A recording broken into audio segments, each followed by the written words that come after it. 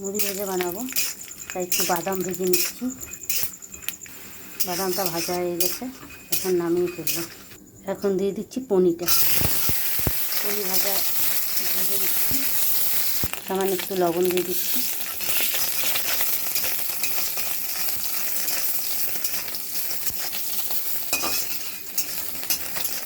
পনিরটা ভাজা হয়ে গেছে, এখন নামিয়ে ফেলবো। এখন দিয়ে দিচ্ছি আলু কুচি আর পেঁয়াজ কুচি। দিয়ে দিচ্ছি দুটা গোটা কাঁচা লঙ্কা। সামান্য একটু লবণ, সামান্য একটু হলুদের গুঁড়ো, ভালো করে মিশিয়ে নিচ্ছি।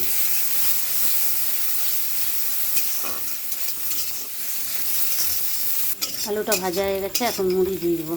মুড়ি দিয়ে দিচ্ছি,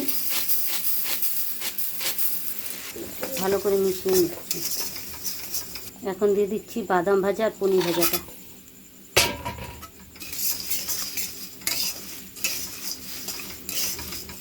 এখন নামিয়ে ফেলেছি বন্ধুরা। তার যদি ভিডিওটি ভালো লাগে অবশ্যই কমেন্টে জানাবেন আর লাইক করতে ভুলবেন না। এই বলে কমেন্ট শেয়ার সাবস্ক্রাইব করবেন অবশ্যই। এই বলে ভিডিওটি এখানে শেষ করছি। নমস্কার।